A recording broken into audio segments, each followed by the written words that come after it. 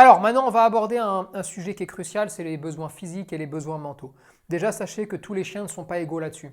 Vous avez des chiens qui demandent beaucoup plus de dépenses physiques et d'autres beaucoup plus de dépenses mentales, et d'autres les deux. Et ça, c'est quelque chose quand même qu'il faut prendre en compte. Que vous preniez le chiot ou que vous preniez un chien adulte, il est vraiment important que vous vous posiez la bonne question du êtes-vous fait pour tel ou tel type de chien et êtes-vous capable eh bien, tout simplement de rendre heureux le chien que vous allez avoir et surtout de le rendre épanoui. Globalement, qu'est-ce qu'on peut dire de la dépense physique? On peut dire que un chien, en moyenne, d'accord, toute race confondue, s'il sort une grosse heure par jour, ça va. S'il fait plus, il fait plus, mais en tout cas, il ne faut pas faire moins. Là, encore une fois, vous devez faire attention à un point qui est crucial sur l'heure de balade, c'est attacher, détacher. Si vous le laissez attacher, alors il va falloir faire 3 heures, 4 heures de balade pour avoir la même capacité de dépense physique qu'une heure détachée. Donc attention, ça a vraiment son importance. Vous avez aussi, dans l'heure de balade, la qualité de ce que vous allez offrir durant cette heure-là. Est-ce qu'il va pouvoir se dépenser librement? Est-ce que vous allez le laisser courir? Est-ce que vous allez lui rabâcher 500 fois au pied jusqu'à le saouler? Est-ce que vous allez lui permettre de renifler au sol? Est-ce que vous allez lui permettre de croiser des vélos, des joggers, des chiens, ce que vous voulez, des mouettes, on s'en fout. Mais en gros, est-ce que vous allez lui permettre de vaguer un peu à ses occupations? Ça, c'est très important. Et cette qualité dans l'heure, elle est essentielle. Beaucoup de chiens, par exemple, sortent une heure et les propriétaires disent « Ouais, il est toujours aussi énervé, il est toujours aussi dynamique, il est toujours machin. » Eh oui, mais ils sortent une heure où? Dans des endroits aseptisés, où il n'y a rien à foutre de toute l'heure de balade, où le chien connaît toutes les odeurs par cœur, où le chien est habitué, ça marche tout droit. Et donc, comprenez que la dépense physique en elle-même ne peut pas être prise seule. Et la dépense mentale doit être intégrée en fait à ces balades. Une dépense mentale, souvent on a l'impression que c'est faire travailler son chien pendant 2 heures sur des exercices. Mais c'est pas vrai. Une dépense mentale et dépenser mentalement son chien, ça peut être le promener dans un endroit où il y a de la stimulation. Plus vous allez l'ouvrir au niveau sensoriel, plus il va y avoir du mouvement autour de lui et plus ça va le fatiguer intellectuellement. C'est déjà une dépense mentale et c'est même le socle de la dépense mentale. Et une fois qu'il y a ça, alors il y a les spécificités et il y a donc le travail en lui-même d'optimisation de performance pour lui apprendre assis, couché, pas bouger, au pied et tout ce que vous avez envie de lui apprendre qui vont continuer à le faire fonctionner intellectuellement. On ne peut pas dissocier les deux. Et n'espérez pas faire rien du tout la semaine et le sortir 3 heures le week-end en vous disant ça compense avec la semaine. Non, ça compense que dalle.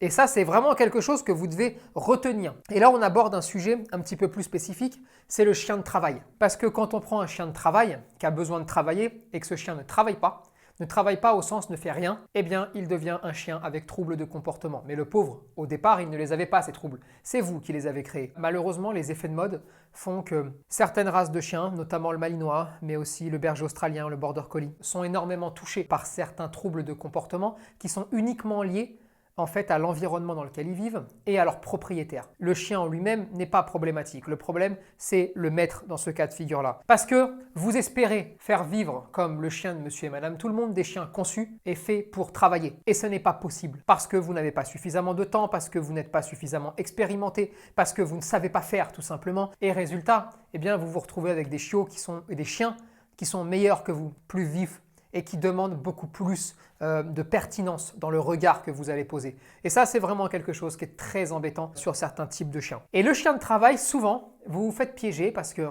vous le sortez 2 heures, 3 heures. Il est toujours aussi incroyable, il est toujours aussi fou, il est toujours en train de demander des choses. Pourquoi il fait ça? Parce que là, vous êtes en train de le rendre hyper endurant, hyper résistant. Mais vous ne comblez pas en fait ses besoins. Vous êtes simplement en train de dire « il faut que je l'épuise ». Sauf qu'il a des qualités physiques au-dessus de la moyenne et résultat, vous le rendez hyper résistant. Et là, en fait, vous ne réglez aucun problème, si ce n'est que vous accentuez même les problèmes qui sont déjà existants. Sachez que par exemple, une stimulation mentale qui peut être incroyable sur la plupart des chiens, c'est par exemple, et ça va vous faire bizarre, mais de temps en temps le centre-ville. C'est vrai que ça peut paraître couillon parce qu'on se dit souvent quand il faut sortir, on vous dit souvent direction la forêt. Et bien moi là, pour le coup, je suis en train de vous dire bien sûr la forêt, bien évidemment, mais de temps en temps, la ville, parce que dans la ville, il y a 500 000 fois plus de bruit. Il y a des choses qui sont très perturbantes pour le chien, qui vont interpeller le chien.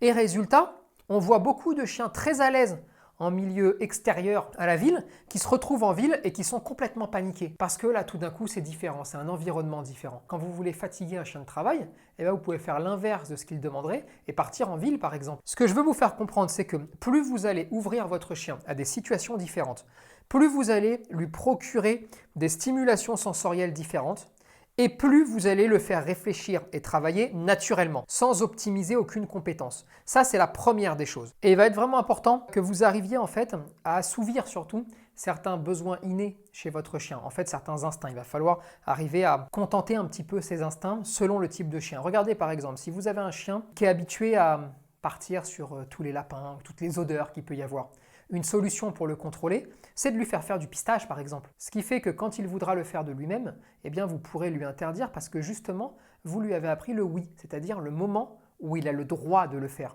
Et ça, c'est quelque chose de fondamental. Si vous lui donnez le droit, eh bien vous pouvez lui enlever le droit à d'autres moments. Et là, l'idée, ce sera de dire quand je te dis qu'on peut le faire, eh bien on le fait et on s'éclate. Et il va falloir le faire suffisamment souvent pour qu'il puisse prendre du plaisir et assouvir ce besoin. Mais par contre, quand vous êtes en balade, et qu'on ne peut pas le faire parce que c'est interdit, eh bien, c'est non.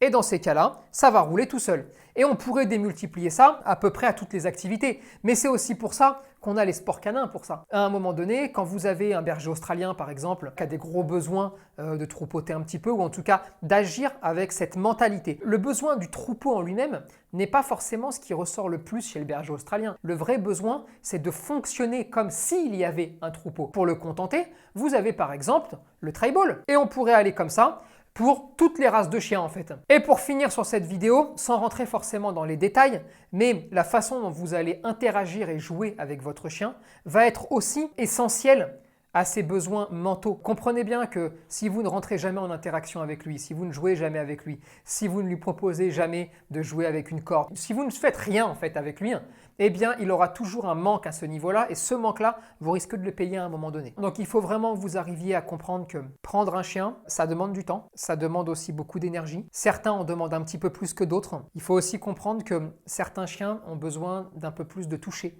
C'est un peu plus spécifique en fait ce qu'on va vous demander. Et surtout, c'est une vraie démarche intellectuelle que vous devez faire, qui est celle de vous poser et de comprendre le sens de ce que vous allez faire. Et une fois que vous avez conscience des choses, alors à ce moment-là, vous pouvez vous lancer à la recherche d'une race de chien et de celle qui vous convient le mieux.